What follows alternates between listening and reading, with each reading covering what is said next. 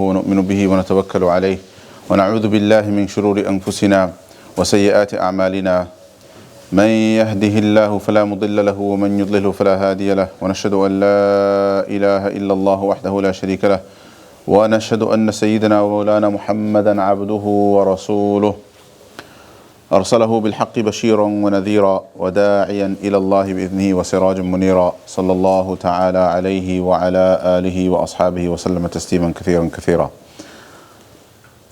أما بعد فأعوذ بالله من الشيطان الرجيم. بسم الله الرحمن الرحيم. يمنون عليك أن أسلموا قل لا تمنوا علي إسلامكم بل الله يمن عليكم أن هداكم للإيمان إن كنتم صادقين. صدق الله العظيم. Respected brothers and sisters, Assalamu alaikum first of all. It really is a pleasure to be here. I came once, quite a long time ago. It's a tiny little place. MashaAllah, it's amazing to see masjids grow. So, I have been asked to speak about a particular topic that I've been speaking about in various places. So I want to. Generally, for some reason, the idea of the Muslim identity crisis has taken off. I don't know what title you've given here. Have you given the title? Doubts and Delusions. Doubts and Delusions. That's it. So that's kind of, it's the same kind of idea. And I'll tell you, the background to this is important, right? Why are we talking about this? And one of the reasons why I like to provide the background is something of a justification for having these conversations in the masjid. Because I have also heard sort of murmurs and complaints. Why are these things being discussed? We don't need it. Isn't this going to cause problems, etc., etc. So I need to justify. So so I was managing and running Ibrahim College in Whitechapel since 2003. 2002 really, if we go right to the beginning. And I was one of the founders. Happy, this is a great khidmah, the place produces ulama, educates thousands of students about Islam and so on. As the organization grew, I felt that when organizations become a certain size, organizational considerations sometimes take precedence. You want to run a course, will the course attract enough students becomes a bigger question than whether the course is important. You understand what I mean? So it's a common frustration, right? It's sometimes what happens is, you feel like you can do more of what you think is important, what you think is a priority in the community, when something is small. When it gets big, corporate concerns take over. So anyway, around 2017, in America, Pew Research did a study. Please don't trip on that, brothers. Pew Research is long enough. Pew Research did a study that found that, you guys gonna be all right with that? You can bring it closer. So Pew Research did a study that found that, let me say this correctly, 23% of born Muslims no longer associated with Islam. I found that study in 2018, the next year. So I'm looking at this retrospectively. When I saw it, it was a shock, and I thought about it. I went into this kind of spiral of thought about. I know how surveys work, right, and how in the social sciences how surveying works, and how sometimes it can be very accurate, right, and sometimes it can also be quite inaccurate. It all depends on the size of the representative group. And then, I thought about the nature of life in the West. I'd been thinking already quite a lot about Western ideology and what kind of effect it has been having on the Muslim world. And one of the things that was always shocking to me, so even if we switch off from the West for a second and think about the East and how Western ideas have affected the East, in particular Muslim countries, then there's a really interesting history there that is often only looked at by the Muslim community in the UK through Indian lens, right? I'll tell you how that's significant. In India, the Muslims of India, Pakistan, Bangladesh, if we transcend the story post partition, right, and the whole East Pakistan, West Pakistan in the 1971. If we just forget that for a second, and just go back to the idea of India at the time of the British Raj, generally Muslims from India feel a great sense of pride about their role in ousting the British. Would you agree with that? And we celebrate the ulama that took part in it, and we celebrate their role in it. Shaykh al-Hind rahmatullahi alayhi, Mawlana Hussain Ahmad Madani rahmatullahi alayhi, Mawlana Abdul Banjid al-Jabati, Mawlana Abdul Kalam Azad. That whole story, there is a great sense of achievement, which I feel as though sometimes it can also very easily, you have to kind of really go into study their thoughts and why they felt it was so important to resist, etc., to really understand the significance of that. But for people who haven't lived that history, the celebration of the moment of the effort of independence, the effort behind independence, etc., can sometimes blind us from the effect that it had already had over the couple of centuries of colonialism. And our Indian experience makes us very easily forget that this was the experience of the vast majority of the Muslim world, right? And while independence is great, we need to reflect deeply on the effect of colonization, how it affected the mindset of Muslims, how it affected Islam at the social level, at the spiritual level, at the political level, at every level, how Islam was affected. Basically, it was decimated, right? The only thing that survived was people's adherence to La ilaha illallah, in a largely, politically speaking, that is secularized way. There was a successful separation of the masjid and the state, right? This became a debate later as to, Islam and secularism, etc., etc. But before colonialism, nobody ever asked about whether there should be a separation of the masjid and state, whether politics was a part of Islam or not a part of Islam. Nobody asked these types of questions. What we have to remember is these questions came up because of colonialism. Because colonialism literally broke up the idea of Islam being a complete way of life into the more secular notion of religion being boxed into the private space and the personal space. When you think about it in that way, what you find is the whole of the Muslim world was decimated, first of all by a military power or a group of European military powers, but a group of European military powers who themselves were going through a period of transition, a period of significant change, that while on the face of it showed that it was a Christian power, and it was a Christian world order, and it was a Christian Europe, had already adopted ideas that was weakening its Christian foundation, right? And this began, okay, I won't go into detail about this, but this began from the period of Renaissance. So I've thrown some words out here: colonialism, colonial history, Renaissance. So anybody who's interested in looking into this further, read up on the history of ideas in Europe and generally on history of ideas and how ideas shape history and how ideas are behind politics. You know, the West became powerful because of ideological change, right? Ideologically they shifted, became less religious, more secular.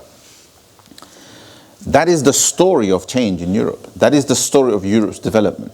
In Europe, there is a sense that in order for Europe to progress politically, progress militarily, progress economically, progress civilizationally, for it to become a dominant power, it needed to separate itself from religion and from the stranglehold of the church.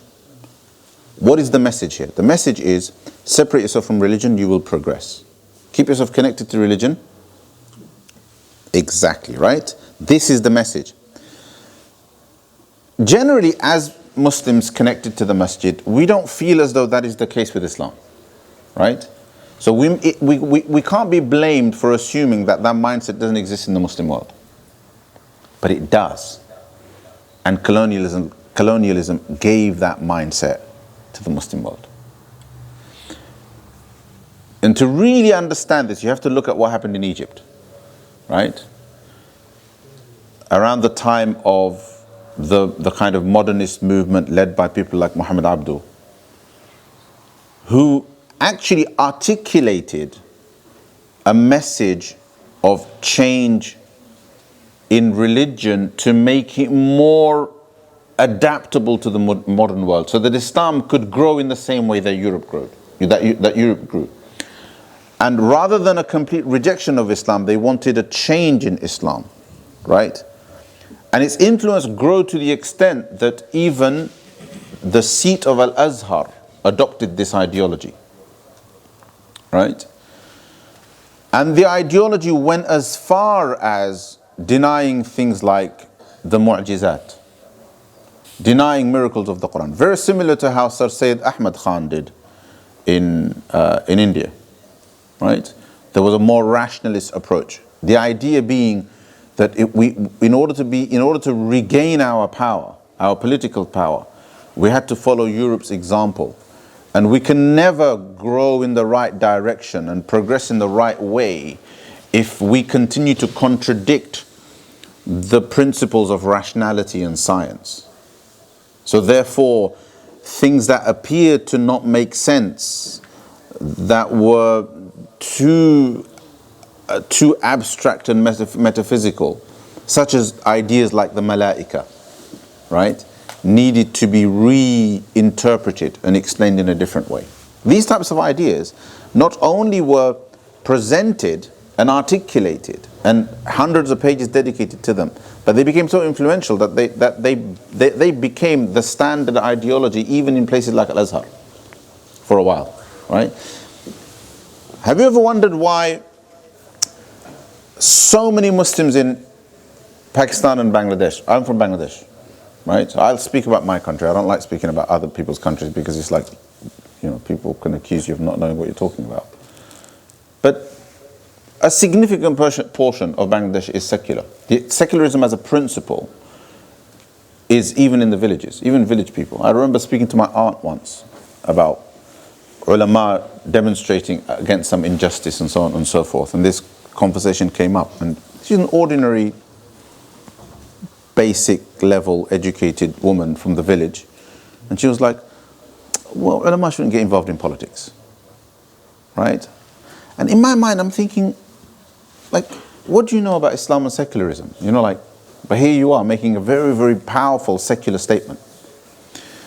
My objective isn't to speak about politics at all, right? But why is it that a country like Bangladesh, if you're Bangladeshi and you don't know this, you should find out. Why is it that a country like Bangladesh can gain its independence, but despite an 85-90% Muslim population, its independence is built on the principles of secularism, nationalism, democracy, and socialism. And there's no Islam. There's no fifth principle of Islam. Because how can there be? Islam contradicts all of them. But those were the principles on which the country was founded, right? And a sizable population of that country remains ardently secular. right, with a significant atheist representation, and with the university crowd having no relationship with Islam unless you connect with an Islamic movement like the Tablighi Jamaat or the Jamaat Islamis, two prominent movements in Bangladesh. How does that happen? So when you consider that reality in the Islamic world and then think that the children of that country have come to the place where those ideas originate, 23% of born Muslims no longer, please understand how I'm connecting the two issues. 23% of born Muslims no longer affiliating with Islam, no longer associating with Islam, suddenly starts to make a whole load of sense. Do you understand where I'm going with this? It's like we are where these ideas were born. Right? How can our children not be influenced? Then consider change, the dynamic of change, right? At the moment, change in the West, in the world, but it's all the change is born in the West. It's happening so fast that governments can't keep up. I'm talking about first world governments, Western governments. They cannot keep up with the speed of change because of the internet and because of the power of social media and internet-based Silicon Valley corporations. They can't keep up. Governments can't keep up with it. How are we to keep up as communities and as masajid and as darul ulums and madrasas and imams when governments can't, when they actually can use political will and power to regulate all of this, to regulate the internet, but they can't. They're struggling with it. They're struggling with it, right? So with all of that going on, the influence of ideas because of a different communication culture was very different 40 years ago when I was a child, right? And many people my age, sort of in their between 40 and 50 years old, probably grew up here, went to school here, speak English fluently. People of that generation, when we were growing up, the influence of ideology on us, of Western ideology on us, was not that strong. Because if you're in your little bubble with your family and your community, you were fairly safe. Basically, no internet, no smartphones, right? No computers, no tablets, none of that. And you'd have to go to university to get indoctrinated, right? And when you've gone to university, then you've gone at the age of 18, and if you're fortunate, and most of us, alhamdulillah, had at least a decent masjid education. We've already been with our families for 18 years. If nothing else, if not our education, our loyalty to our deen and our community has already been built up. Does that make sense? Loyalty is powerful. Remember this. When loyalty is eroded, a major safety net has been lost. Okay. Now fast forward 25, 30, 40 years, come to 2021, 2022. What are we talking about? Your 10-year-old is no longer shielded from those ideas. And those ideas have shifted. An idea that 40 years ago was unpopular is now popular, is now mainstream. All right, think about, I'm sorry to bring this stuff up, but guess what? Hey, it's being discussed at school with your children, right? And I'll talk about this a bit more. Think about LGBT culture. What was people's attitudes towards it 40 years ago? What is it now? Could you have imagined 40 years ago that primary school children would by law be taught about LGBT in school? Primary school children. I don't know what the policy is in your local borough. In my local borough, the policy is that these things would be introduced at age 7. At age 7. If you don't know what the policy is in your children's school or in your school, why don't you? Right? See how culture's changed? 40 years ago, it would have been unimaginable for something like that to happen. And by the way, all of the kids in school, right, can testify to this, unless, illa masha'Allah, unless their school is protected by maybe a conservative-minded head teacher, a slightly less liberal head teacher, Although those people are rare in inner cities, by the way. Inner cities generally are dominated by liberal-minded teachers, liberal-minded head teachers. February is LGBT History Month. Hands up if you know this. Young children, youngsters who go to school. Hands up if you know this. February is LGBT History Month. There you go. How do you know? Social media. All right, social media. Okay, fine. That's the other danger I was going to talk about. You've jumped it, right? But generally now there is an expectation and an encouragement in schools, right, to celebrate LGBT History Month by at least delivering an assembly, right? Delivering an assembly or putting up some posters or something like that that celebrated LGBT history and lauded their remarkable effort to go within one lifetime, to go from being a community that within one lifetime, right, was legally ostracized to a community that has absolute freedom and that is promoted in schools and children in areas that have a sizable Muslim population, schools, right, schools that have 70, 80, 90% Muslim children, right, have policies where during gay pride, during LGBT history, our children are encouraged to wear rainbow clothing, rainbow ties, rainbow socks, rainbow shoelaces, to wear a rainbow badge, things like that, right? And this by no means is me being homophobic. This is me saying to my community, these are the dangers. Now, what do you think the effect is? My family, almost everybody works in schools, right? And every single one of them will tell you that there is widespread acceptance among Muslim children.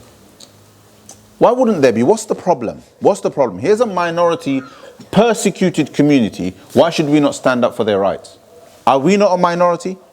Us Muslims, are we not a minority? Shouldn't people stand up for our rights? We should. Then why shouldn't we stand up for their rights?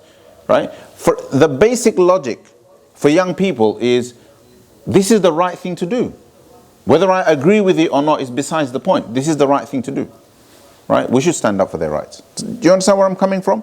So, whether we're uncomfortable with it or not, change is already happening. We can't keep up with it. It's happening in our children. Right? So they will wear these things. It's not occurred to them that what they're doing might be haram. That the Sharia might frown on it. That the question of not discriminating against them can be separated from promoting. You can not discriminate against an idea that is haram. You can, like for example, how many people here believe a Christian is kafir? Everybody. Yes? I'm not going to ask anybody to raise their hands, just in case somebody doesn't raise their hand. All right? So everybody believes that, right? But do we tolerate Christians? Do we get along with them? Are Christians our neighbors? That's not a problem, right? Are some aspects of Christianity sin? Drinking alcohol, eating pork, sin?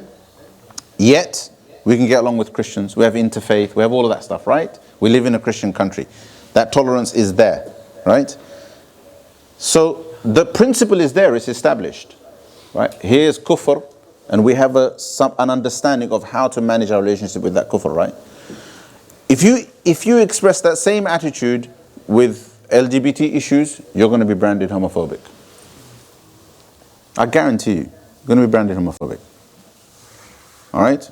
I got a nice, healthy mention in Henry Jackson Society report, specifically because in one of my talks I said homosexuality is a sin.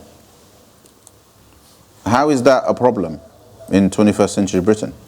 Hey, guess what? It happened. And it's not without consequence, because one of my students had set up a madrasa in a school. He'd rented rooms in a school to set up a madrasa. And previously he had invited me to speak. I don't want to scare you guys, inshallah. People here are far more robust. After all, this is the area of Sadiq Khan, isn't it? Or something. I don't want to get into that. And that madrasa had its tenancy revoked because they had previously invited me.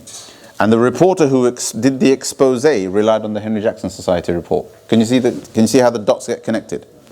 But how is that possible when we can believe a Christian is a kafir but still get along? Right? We can believe that if a Muslim becomes a Christian, they're going to go to hellfire. Do we not believe that? We believe that, right? We're open about that. Would any Christian have a problem with us believing that? We don't have a problem with Christians believing that we might go to hellfire. That's besides the point, right? But you can't do that with homosexuality. You see how it's changed? In one lifetime. We can sit at home as elders, as grandparents, as parents, and so on and so forth, and think we're not affected by this. This is being taught in school. This is a school assembly. It's a school assembly. I had to help somebody recently prepare their school assembly because they felt that it would be better if a Muslim delivered the assembly so that nothing was said in the assembly that promoted it, rather than a liberal non-Muslim delivering it who would celebrate that achievement. That makes sense? And this was a 90%, 1,000 kids, 90% Muslims. You understand? And I had to help them establish like how to just stick to the facts but not say anything that promoted it. All right? And I encouraged them, say something to acknowledge the children's faith if you can. Right? And they were worried that that might not be possible. Like something as simple as, we understand that in many faiths, homosexuality is not acceptable. But you can have that belief, right? But still be tolerant of people and not be homophobic. That just like that little bit. And she wasn't sure if she could get away with saying that. That's what we're dealing with, right? And behind it is ideas. What's behind the acceptance of homosexuality? Can anyone tell me? At its root is secularism, liberalism, individualism, the idea of individual liberty. It's these things. It's these ideas. And most Muslims, most of us, imams, etc., we have no idea about the ideas that shape civilization today. Now, ideas can be a very confusing word. So let me put it in a different way. Let me put it in the language of faith. An idea is a aqeedah. An idea is a aqeedah. People have ideas that they philosophize about. An idea is a philosophy. A philosophy that somebody lives by becomes a aqeedah, something that they bind themselves by. That's what aqeedah means. And aqeedah, but literally the word aqeedah is from binding, tying. Aqeedah is something that you tie yourself to. That's exactly how ideologies are. Right? That's why we say an ideological person is a person with a commitment to something. With a commitment to a philosophy. That's ideological. Right? And therefore an ideological person can be intolerant because they're so committed to their idea. Don't underestimate the power of ideas. So I'm still talking about background. Because otherwise somebody's going to turn around and say, why are you talking about this stuff in the masjid? You see? So anyway, I went into a panic about this. These things concern me, etc. And then I decided something needed to be done about it. Eventually it resulted in me leaving Ibrahim College and starting some work with more youth focused, right? And at the moment I teach mentoring programs, a mentoring program called the Youth Mentoring Program for 14 to 18 year olds. Now this is an important bit of background. Why 14 to 18 year olds? Because what age on average are the children that attend madrasa here in this masjid? I think from 7. And then generally how far do they go? 14, 15. Yeah. It stops there. Okay. As they hit 14, 15, what's happening to their lives? Let's think about a young person, a young boy, a young girl. What's happening? They're hitting maturity. Yes? What does maturity mean? What does puberty mean? You see, as Muslims, we process the idea of puberty generally in terms of questions of tahara, right? Salah is becoming obligatory, etc., etc. But we don't process the questions of puberty in psychological terms, in biological terms, right? A young person going through puberty is sexually waking up. Am I right or am I not wrong? Whereas before puberty they may not have had any sexual attraction. Now they have it, they feel it, right? Which is why they have ihtilam, which we teach them in which we teach them when we teach them fiqh. We talk to them about wet dreams and the fact that you have to have a ghusl after that. The Sharia doesn't shy away from teaching that to young people. A young boy can be hitting puberty at the age of 12. A young girl can be hitting puberty at the age of 9. By necessity, the puberty process involves the experience of sexual pleasure. We leave it to schools to teach them this stuff in PSHE, whatever that lesson is, and in science, in biology. They learn it in the cold language of biology rather than the warm spiritual language of deen and sharia. The first time I learned about this stuff, it's honest truth, right? This is in the 1990s. The first time I learned about this stuff was when I was 15 studying Norbury in Darul Ulum. And my teacher was teaching it in a very matter-of-fact way. At that time, it never occurred to me that I should have been taught this stuff 3 or 4 years earlier. Right? I personally came across the case of a young boy who matured at the age of 14, who reached puberty at the age of 14, was praying Salla until the age of 18, and then he discovered that he needed to take a bath after a wet dream. Because nobody had spoken to him about this. The young people that I teach in my mentoring programs, right? Every group I teach, I survey them about these things. And I ask them, how many of you remember this being taught to you in madrasa? 50% of the class, no recollection. That doesn't mean they weren't taught. I guarantee you, it means they've forgotten. Because how many kids remember an individual lesson out of 8 years of madrasa education? Probably before they had reached puberty, when they couldn't understand what in the world the Imam was talking about, and all they can remember is feeling embarrassed. Right? It needs to be taught at the right time, and then it needs to be taught again and again and again and again. Masail of puberty need to be taught 5 or 6 times over the period of maktab education for it to really sink in. And you need to also catch them at least once after they've hit puberty. So suddenly they're thinking, oh, so that's what it was all about. All right? But does it make sense today to talk about puberty without talking about sexual attraction? Without talking about the questions of gender? Without talking about that subject today that has come up, which was unheard of in my childhood, right? Gender dysphoria and gender fluidity, gender confusion, right? So when you hear this, right, you might be thinking, what? Wallahi, just within the last 10 days, I've dealt with two cases of Muslim teenagers, right, who have consciously decided to change their gender. Right? This is not me theorizing. I'm dealing. In one case, I dealt with a parent. In the other case, I dealt with a teacher, right, who had to deal with school policy on the matter after it turned out that a liberal teacher was supporting a young Muslim girl when she stated that she felt she was a boy.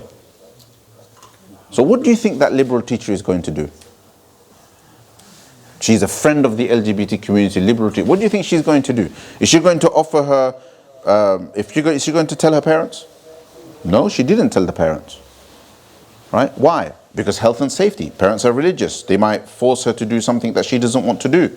Did she try to find counseling for her to see if her gender dysphoria, gender confusion was triggered by something, which is well documented that is often triggered because of things like sexual abuse, which by the way is rampant in the Muslim community.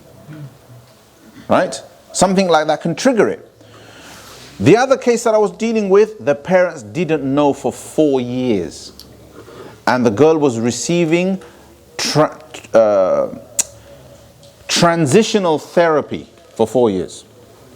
The transitional therapy basically is somebody says, I'm a girl and I think I'm a boy, and then that is affirmed. They are confirmed as transgender. Then they receive therapy to help them to accept the fact that they are now a boy. Right? The Tavistock Centre in London is the centre responsible for medically changing boys to girls and girls to boys. Right? And they are not interested in investigating why it must have happened. Once it's referred over there, it's hormone therapy. So boys will be injected with estrogen and female hormones, right? So that their voices can soften. So that their voices can soften. And girls are injected with testosterone so that their voices can thicken and they can start growing hair. This is not science fiction, my dear brothers and sisters. This is real life. This is happening. And then eventually, when they're ready, right, they go through sex changes by surgery. By surgery. You think this is not happening to Muslims? This is happening to Muslim kids. Without their parents knowing, all these kids have left their parents. They waited until they were 18 and they left. The parents that I was dealing with, they never found out until the child became an adult. She was receiving council-funded transitional therapy for 4 years. Right? So, that's the background. It's a reality. Without it, if we don't talk about it, we can't deal with it. We can't get ahead of it. Right? And this is, I mean, each time I talk about this, something else gets emphasized. Today, obviously, I'm almost in all my conversations right now, the question of LGBT, gender dysphoria and things like that, because it's LGBT History Month, and B, because I've just recently dealt with these cases. And honestly, I felt after dealing with these cases live, I knew it was happening. Theoretically, I knew. But I don't think I was mentally and psychologically prepared to be faced with a family that was going through it. And afterwards, I felt like I needed therapy. And I'm not saying that I was so stressed that I felt like I needed to see someone. That's how stressful it was, right? So these things are happening. Now, this is the reality, right?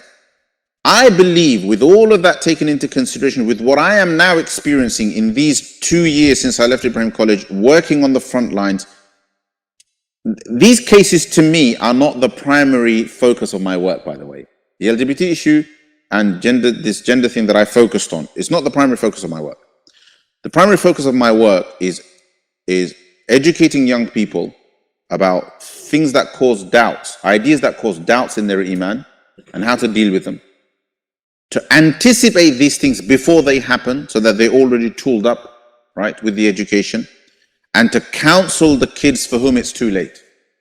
A young person already is attracted to atheism, right? Is already confused about religion because they've studied evolution at school. They've studied evolution at school. And a lot of kids, they study evolution at school and they don't clock on to the fact that it clashes with the fundamental teaching of Islam. But usually some kids, they get so good at science that they commit to it and they study it. And the smart ones, right, the smart ones realize that there is a contradiction. And when that happens, their whole world gets shaken. And then it's simply a question of which one they value more and who is mentoring them. So then what the question is, are you mentoring them? Am I mentoring them? Or is their science teacher mentoring them? Or is it their form tutor at school that's mentoring them?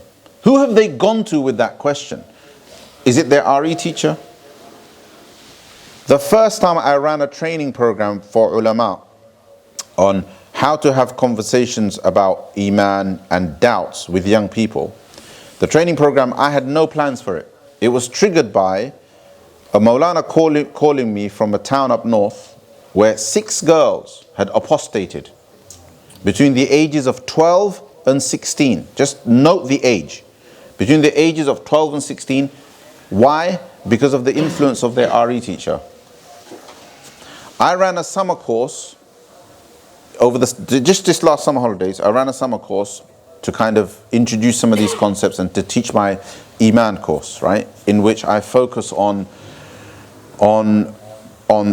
restudying our beliefs and the basics of Islam in a way that can respond to these issues and make people resilient, right? And I teach it to adults, and I've started teaching it to young people through my programs. So in the summer course, I kind of did like a brief run through in over 3 weeks. There was a boy in my class who had been convinced by his mum to attend the class, who was a declared atheist. Parent didn't tell me. I clocked on from some of his comments, and I called the parent and I asked, and then parent opened up and said, my son's an atheist, I sort of did a deal with him and I thought this would help. So I said, well, he can stay in my class, it's not a problem, as long as he isn't disruptive, right? And I'm happy for him to sit in my class. That's the whole point of this, right? It's not a problem. You know, you reassure him that it's not a problem that I know. I will not expose him in any way, nothing like that. He can continue attending. But he's a 16-year-old boy. But the reason why I'm telling you this, guess how it happened to him? Influence of his RE teacher. Not actually quite the RE teacher, but the influence of RE. Do you know how his RE teacher was taught?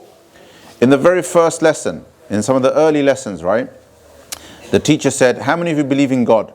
A bunch of them raised their hands. How many of you don't believe in God? A bunch of them raised their hands. Okay, let's move all of the kids who believe in God on one side and all the kids that don't believe in God on the other side. This kid is sitting there thinking, which side am I on? He eventually decided he's on the side of the kids that don't believe in God. And that's how his journey started. So you're thinking, maybe he wasn't from a deendar family. No, you'd be wrong. Family's deendar. Family's deendar. Right? And the backgrounds of the people who I have counseled, who've gone from, alhamdulillah, have actually taken their shahada, and they've opened up about their background, it's quite common for them to be from deendar families.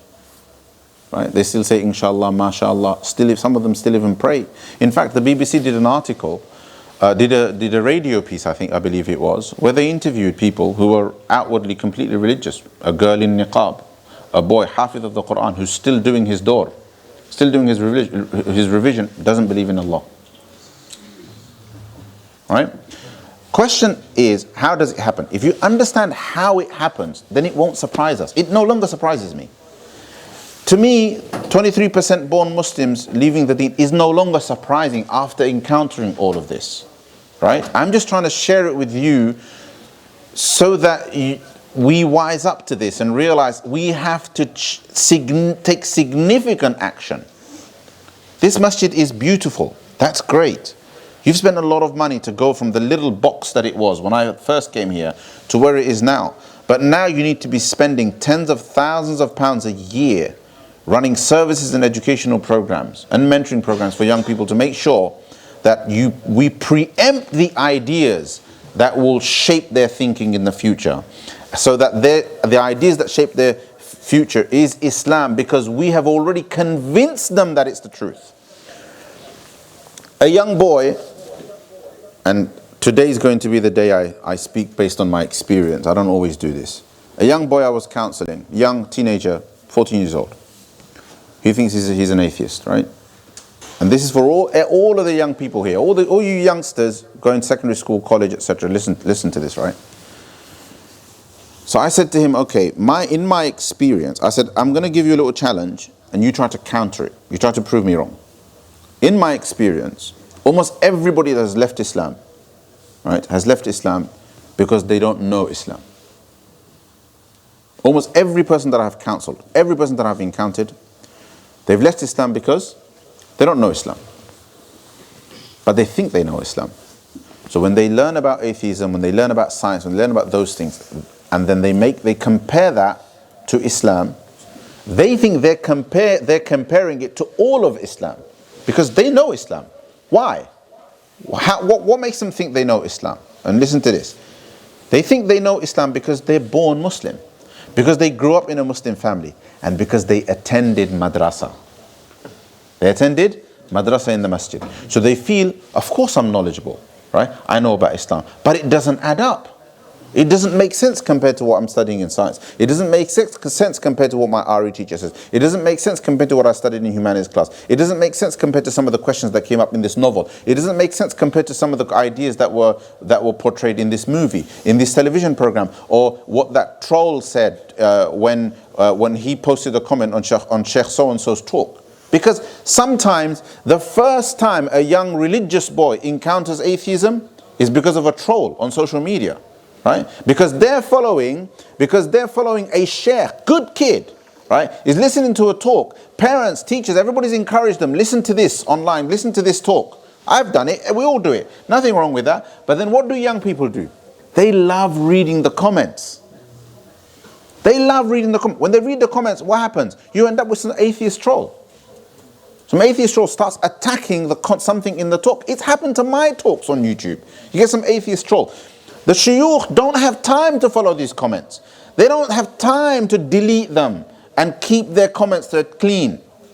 And here you have somebody writing a refutation of a really important point in the talk. And this young person now is encountering the first rebuttal, right, of a sheikh that they have encountered. And they think about it and think about it and they think, yeah, it's true, it doesn't add up. So I'm talking to this young kid and I'm like, okay, so tell me I'm wrong. He said, yeah, you're wrong. So I said, how? He said, I know Islam. Exactly, same thing. I know Islam. I said, okay. How do you know Islam? Well, I was born Muslim, I brought up in a religious family, we're quite religious. And I go to he qualified it, I go to a good madrasa. And he named the madrasa. It was very local to where I was, I knew it intimately. And I knew the sheikh that teaches. And yes, it is a good madrasa. So I said to him, I'm sorry young man, but yeah, you know it better than somebody who's going to a bad madrasa. But you don't know, you don't know jack all about Islam. I said, tell me, in all your years as a Muslim, and all of you need to listen to this. I said, in all your years as a Muslim, have you ever been taught the answer to this simple question? Why is Islam true? And I can extend that question and ask it to all of you. How many of us have studied the answer to that question? Now, there is a subjective way to answer this. Like each one of you can give your answer, why you believe Islam is true.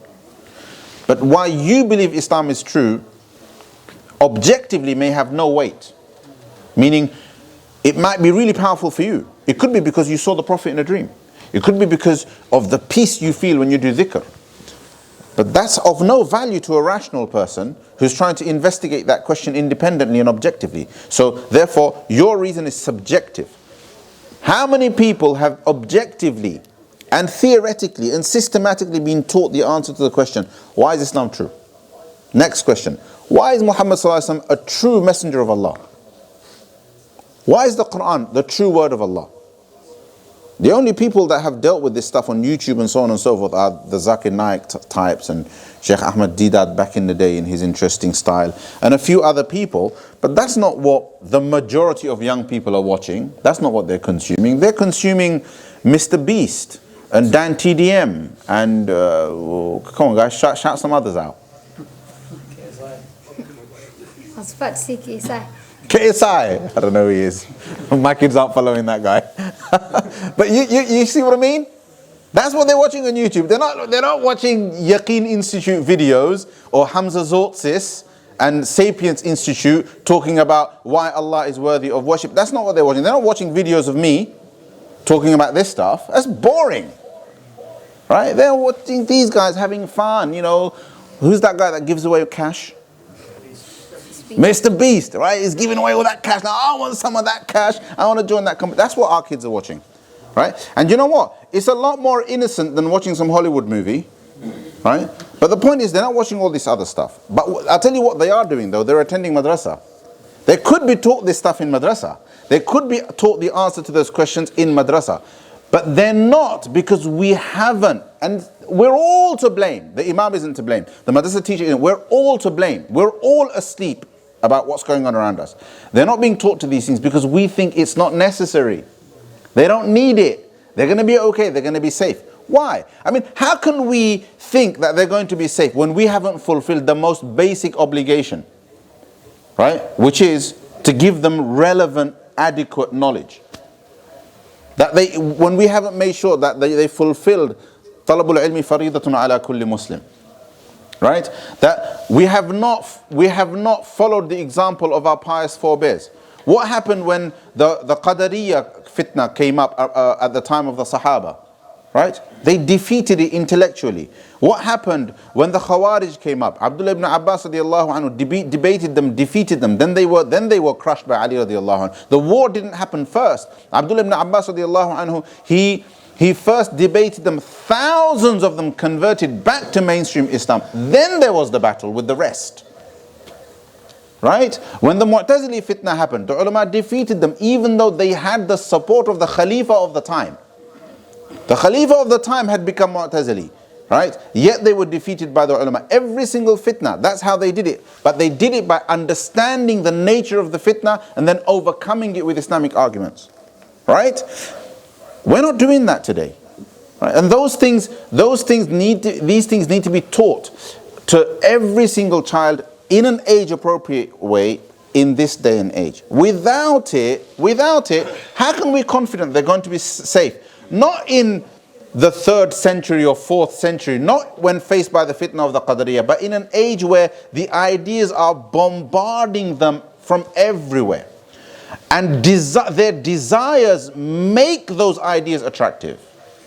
Who doesn't want to be secular, liberal, individualistic, materialistic, right? In an age where pornography is mainstream, where dating is mainstream, where sexual relations outside of marriage is mainstream, where you can just go out on a Friday night and pick someone up for a one-night stand, where, you know, drugs are rife, where you can pretty much watch what you want, do what you want, and this is encouraged as long as you don't harm anyone. That's it. That's the only moral rule. The only moral rule is just as long as there's consent and people aren't harming anyone. As long as those two conditions are met, you can do whatever you want in your own private space, right? In that age, when a young people find something questionable in his religion and unconvincing, why they have a powerful motivation to not want to be religious. Their own desires. This is not the case for the atheists that Imam al-Ghazali talked about. Imam al-Ghazali speaks about atheists. He refuted them, right? But those atheists were not threatening Muslim youth and Muslims the way that atheism is threatening them now. Atheism is threatening them now as a form of freedom and emancipation from the shackles that tie them down to ancient ways. Now, those shackles are justified if it's true. But what happens when all of a sudden a window opens up in their minds that starts to tell them, you know what, it's all hocus pocus. It's not true. It's all superstition, right? How much of our Islamic education, how much of our conversations at home, right, tell them, no, it's indeed true. God does, of course, exist. Muhammad Sallallahu Alaihi Wasallam is indeed the messenger of Allah. Not by stating it. We all state it in our bayans. Everybody states it. How do you prove it? It has to be proven. It's nothing new. Ulama have done it. Proofs for, I think Imam al-Bayhaqi counted proofs for the truth of the prophethood of Muhammad Sallallahu Alaihi Wasallam count somewhere in the region of 1,300 proofs for the truth of Muhammad Sallallahu Alaihi Wasallam. And this is Imam Bayhaqi. I mean, how many centuries ago is that? 7, 8, 9, 10, you know, like, ulama have done the work. The work exists, the information exists. It just has to be structured and taught in a way that suits the 8-year-old at the age of 8, and the 10-year-old at the age of 10, and the 12-year-old at the age of 12, and the 14-year-old at the age of 14, and the university student at university, so that what you're countering is appropriate, right? You counter the 12-year-old's doubts at the age of 12, but at university you counter the serious stuff. Right? But the education has to continue.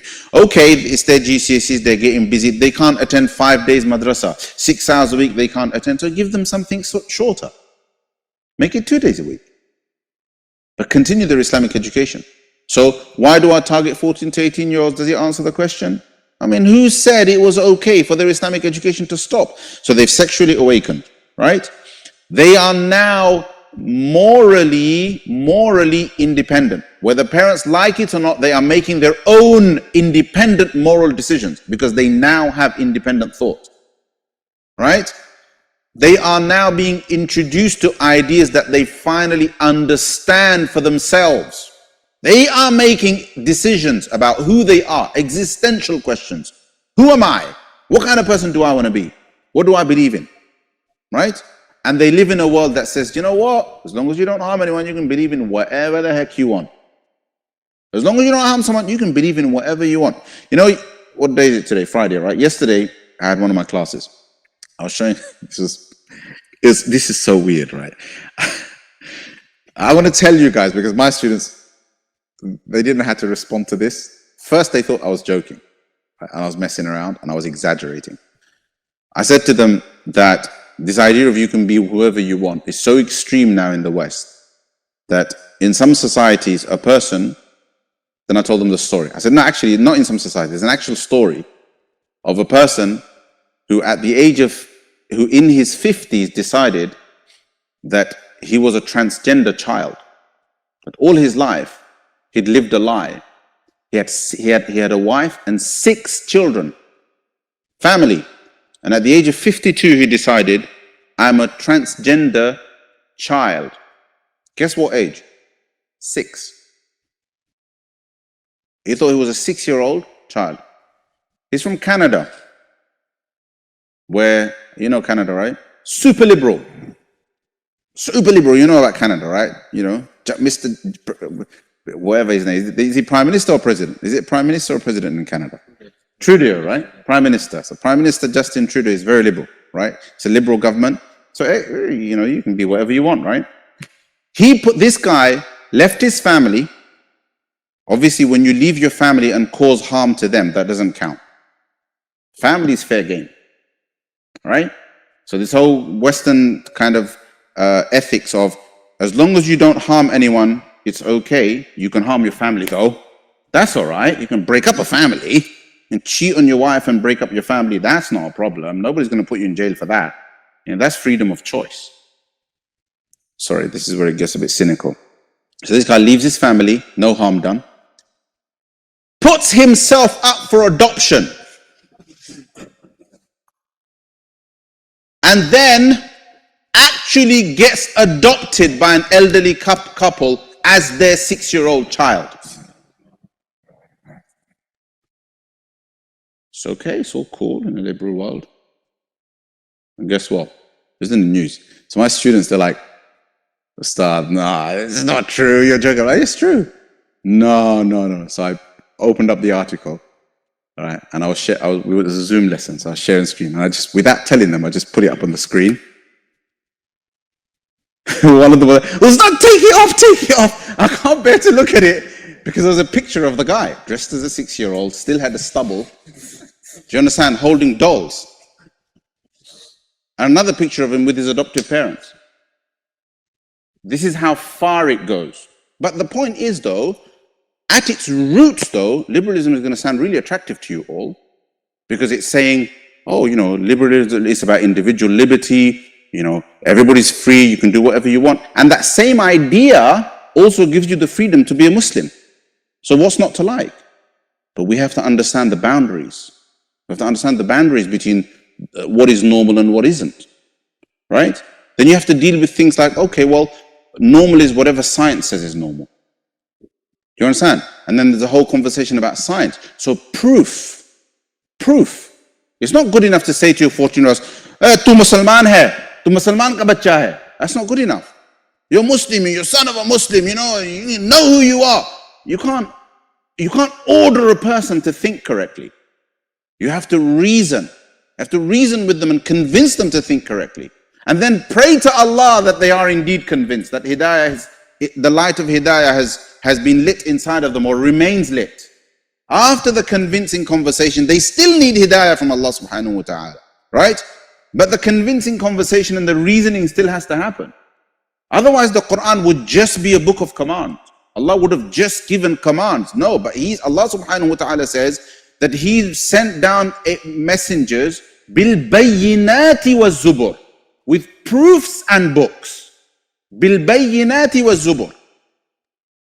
Why are bayyinat needed? Why are proofs needed? If the books alone are enough. If Allah can just send down His commands and that's enough. Do, don't do, don't do. That's all you need, right? But no, proofs are needed because people have to be convinced. And therefore the reasoning process is necessary. So, back to my conversation with the 14-year-old, right? Have you ever been taught why Islam is the truth? No, I haven't. I asked him all these questions and I said, okay, how much do you know about Islam now? So the doorway opens up, right? The door opens up. So we spoke and so on and so forth. I had another session with an adult who had thought about it and who had investigated. And this is the other danger. But he's only investigated based on Western thought. Do you understand? So he said to me, I'm an agnostic. I do believe a God could exist, but I don't believe there's proof. I said, why do you believe there's no proof? Because, there's no proof. I said, is that an intellectual position? Is that a philosophical position you've taken? Or have you actually given the proof a chance? Or have you just decided, no, it can't be proven because somebody else said it can't be proven? He finally accepted that he's doing taqleed of the thinkers who say it can't be proven. Can you see the difference? Reasoning is important. It's like, oh, I've just read books where they say, it can't be proven, and I've just accepted it. So I said, so if you don't mind, do you believe that a human being has the ability to reason, has the ability to think logically and rationally? Yes, I do believe that. I said, are you willing to get off your fence and reason with me for 10, 15 minutes? So he felt a little bit offended by that. And I said, well, I think I'm going to go through a logical reasoning process with you, because you obviously haven't done it, because you've been sitting on your fence as an agnostic thinking God might exist, might not exist, but it can't be proven. But you've just done that based on somebody else's word. You haven't thought about it fully yourself. So let's think through it. Thought through it. 10, 15 minutes later, he said, yeah, God exists. Right? And then it doesn't stop there. Sometimes what then happens is shahwa takes over. And here comes the syndrome, which can only be described as Iblis syndrome, right? Where you convince them and they say, yeah, I can't deny that God exists. God has to exist. Absolutely, God exists. And then they turn around and say, yeah, but so what? Yeah, but so what? Not making it up. This is a live case as well. This is an actual case of a person. You take them through the arguments, etc. So that's why even after convincing, they still need dua. And sometimes they have to be left to go on that journey and let life bash them about a little bit. But at least you've planted that seed. So what I'm really saying is, if we want to deal with doubts and delusions and stuff like that, I'm not going to sit here and give you the answers. I've given you some ideas, right? Our whole conversation has to change. Our whole narrative has to change. And there are two ways. One is the spiritual. To an extent, we're focused on the spiritual. Give them a place to pray, let them pray, encourage them to pray, follow the Sharia, etc., etc. But let's face it, right? Increasingly, it's a minority that are doing that. Number one. Number two, we're also doing that wrong, because we teach our children salah, we don't teach them about the meaning of salah. So even that, we're doing it in a way that's kind of detached. Pray because mom and dad are telling you to pray, and mom and dad are telling you that God told you to pray. It's just a transmitted command, right? It's like, yes, prayer is going to give you peace, and the kid's like, oh, what peace? Right? The point is, salah is supposed to give a person peace and protect them from sin, etc., etc. If salah is prayed properly, and salah is prayed properly when it is prayed with khushu'. Imam al-Ghazali talks about asbab of khushu'. The first two are, these are Imam Ghazali's, right? The asbab of khushu'. He mentioned 6. The first two are presence of mind, understanding. Presence of mind and understanding, right? How many kids are taught the meaning of Fatiha in a way, not just it's because of Anikaro. Here's Surah Fatiha, now memorize the meaning. No, memorize the meaning in a way that as they perform their salah, the meaning is with them. As they recite Surah Al-Fil, the meaning and the tafsir of Surah Al-Fil is with them as they recite it. As they recite Thana, Subhanaka Allahumma wa bihamdik. I've come across very few Muslims who appreciate how powerful the opening of the salah is. Like, what does it mean to say Allahu Akbar?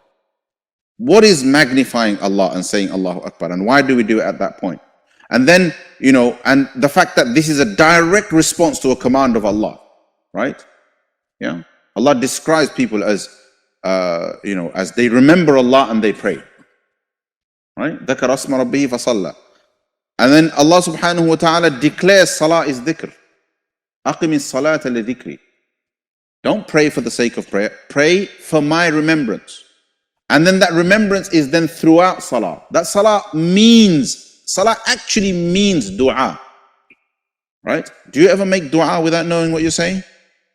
Salah means dua. That's what the word salah means. As-salatu hiya dua. Right? And throughout salah are the features of dua. In dua you have to praise Allah. You first praise Allah subhanahu wa ta'ala. In salah, you first praise Allah subhanahu wa ta'ala. And that's what the thana is. Subhanaka Allahumma wa bihamdik. Right? Subhanaka Allahumma wa bihamdik. Transcendent. Pure are you and praiseworthy are you, Allah. Right? Wa tabarak asmuk. Your name is blessed. What does that mean? You know what? I've tested people and I've asked them, okay, explain to me what does blessed mean? What does your name is blessed mean? The majority can't explain it. We just assume we know the word because it's an English word. Doesn't mean we understand it, right? And blessed is thy name. Blessed is your name. Wa tabarak asmuk. Wa ta'ala jadduk.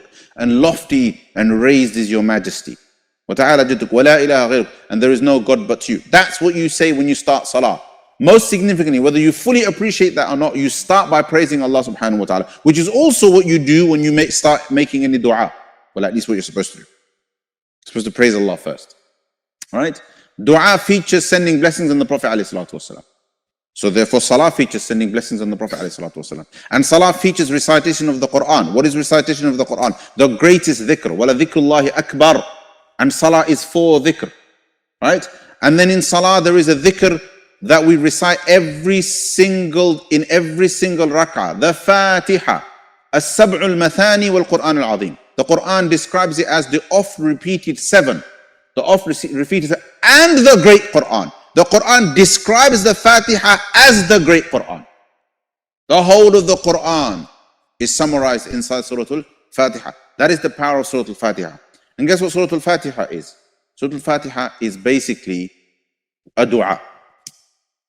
Again, within the dua of salah are the features of dua, and within that, repeated in every rak'ah, is one of the most powerful du'as ever given to us, the Fatiha. Right? The most powerful, most virtuous, some of the most virtuous 7 verses of the Quran. Right? And then we recite a surah. But we recite surahs and we don't know what they mean. We recite them again and again and again. A lifetime's worth of recitation. Don't know the meaning. At least don't know the meaning in a way that we can follow that meaning inside our mind and inside of our hearts as we recite salah.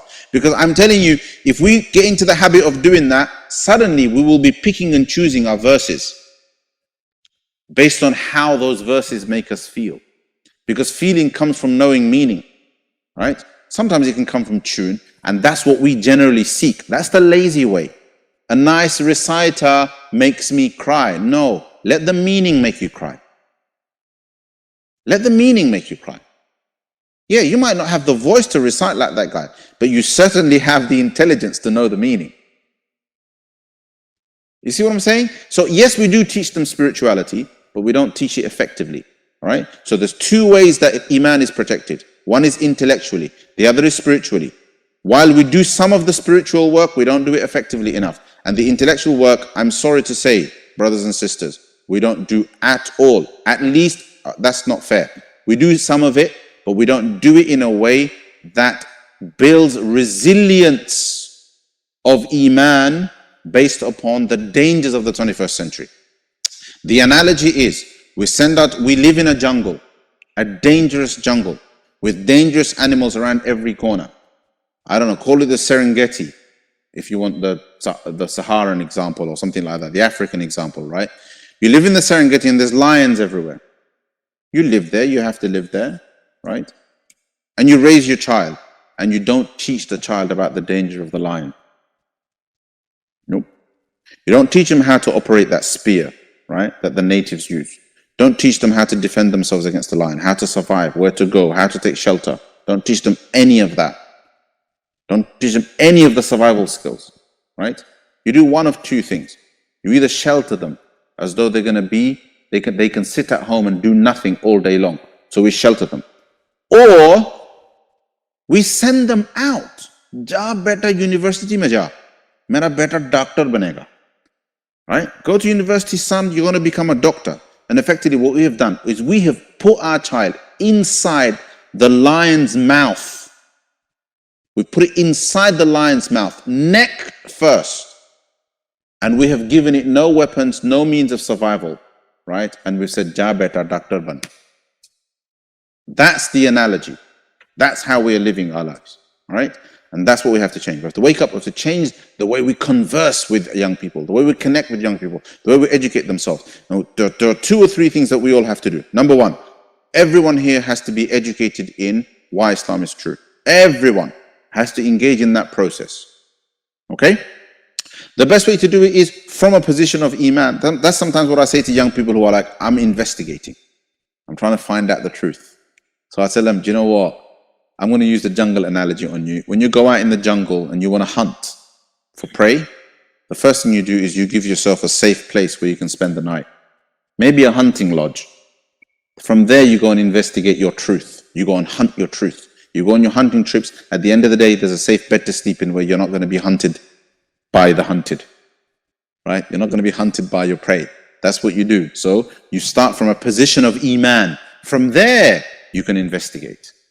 Does that make sense?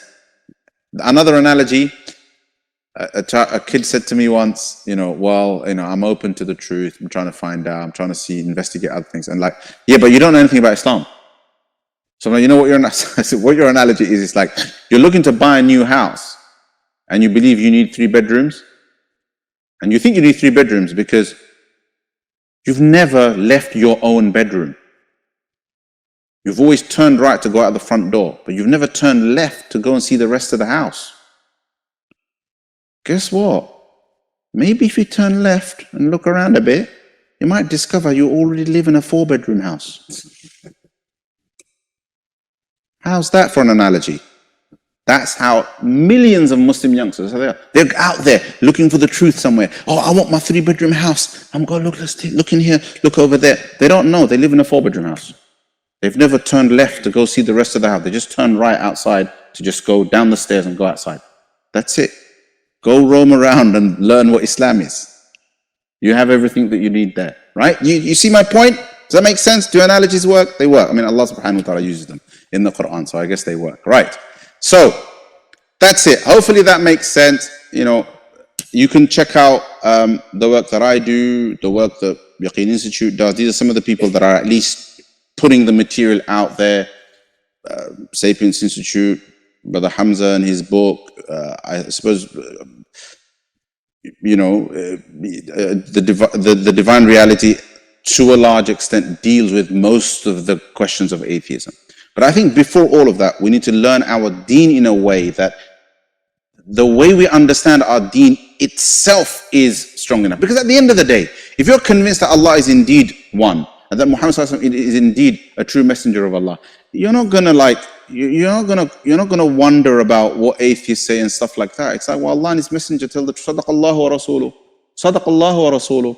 Once you're convinced of that, you don't need anything else, right?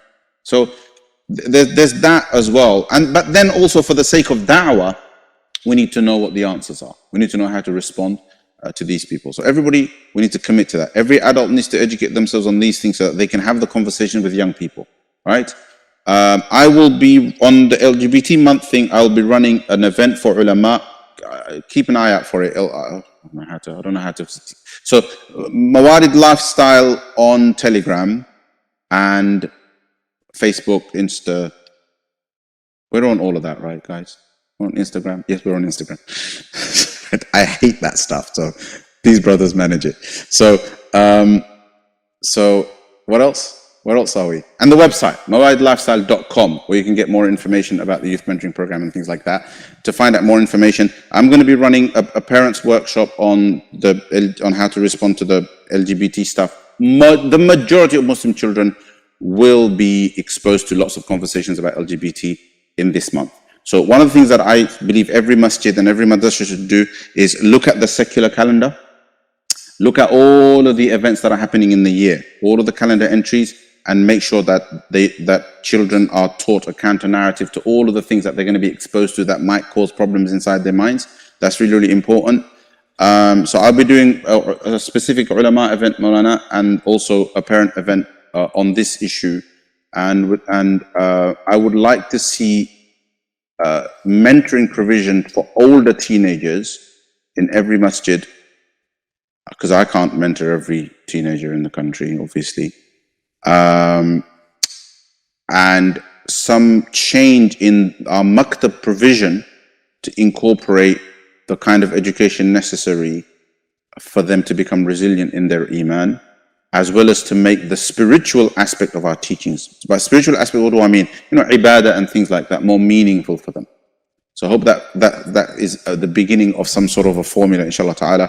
And of course, tawfiq is with Allah subhanahu wa ta'ala. We trust in Him and we make tawakkul. But Badr is the best example of where, yes, the means were not sufficient. Yes, the enemy was great. And yes, the Prophet ﷺ trusted in Allah and he made dua. But he still took whatever he had, whatever ramshackle army he had, whatever numbers he had, and he organized them with a strategy into ranks, gave them whatever weapons they could have. Even if there was just a few people as cavalry, they still stood there, all organized as an army. The few people that had armor were there. Their best fighters were still put forward for the challenge and for the mubaraza. Hamza radiallahu anhu and Ali radiallahu anhu and so on. Meaning the necessary preparations were still made. Then they asked Allah subhanahu wa ta'ala for help. And then and only then Allah subhanahu wa ta'ala sent the angels. Right? And when that tawakkul didn't exist, when that order was broken, when true tawakkul was missing, when the Muslims thought that it's our numbers that will get victory. In Hunayn, when there was the largest Muslim army in the history of the Muslims so far, right? This is just after the conquest of Mecca. And the Muslims thought, we beat them with lesser numbers. Now we're 12,000. Who, will win them? And Allah subhanahu wa ta'ala said that, إِذْ أَعْجَبَتْكُمْ كَثْرَتُكُمْ فَلَمْ تُغْنِ عَنْكُمْ شَيْئًا. Right? Allah subhanahu wa ta'ala says, Allah helped you. لَقَدْ نَصَرَكُمُ اللَّهُ فِي مَوَاطِنَ كَثِيرًا. Allah helped you in many places. وَيَوْمَ حُنَيْنٍ. And on the day of Hunayn, when your numbers, right, when your numbers pleased you, you felt that your numbers were enough, but it did not help you at all. فَلَمْ تُغْنِ عَنْكُمْ شَيْئًا. And then the world closed in on you. And they ran. The Sahaba, they ran. Because the sudden, unexpected onslaught of the enemy took them by surprise and they ran. And it was only because the Prophet ﷺ held the ground with a few Sahaba, literally a handful of people. They held their ground and the Prophet ﷺ screamed at them to regroup, that they regrouped. And Allah subhanahu wa ta'ala also gave assistance that they eventually had victory. The point is that preparation is necessary, even though we may feel like it's overwhelming and so on. Allah's help does come. Allah subhanahu wa ta'ala's help comes because of our effort. It doesn't come when we do nothing. Sit back and we pray that Allah protects our children. That's called naivety. It's also a form of disobedience to Allah. To not follow Allah's commands, right? And then to expect Allah subhanahu wa ta'ala to help when we have disobeyed Him is also another form of disobedience. And of course, we should still cry to Allah. Because who else do we turn to? But the effort has to be there. جزاكم الله خيرا. وأقول قولي هذا وأستغفر الله لي ولكم ولسائر المسلمين من كل ذنب فاستغفروه إنه هو الغفور. I have no idea how much time I've taken. I apologize. I literally, because I've had such a long day, and usually when I'm tired, I get to pretty much deliver what I have to say, but I lose all sense of time. So I'm sorry about that.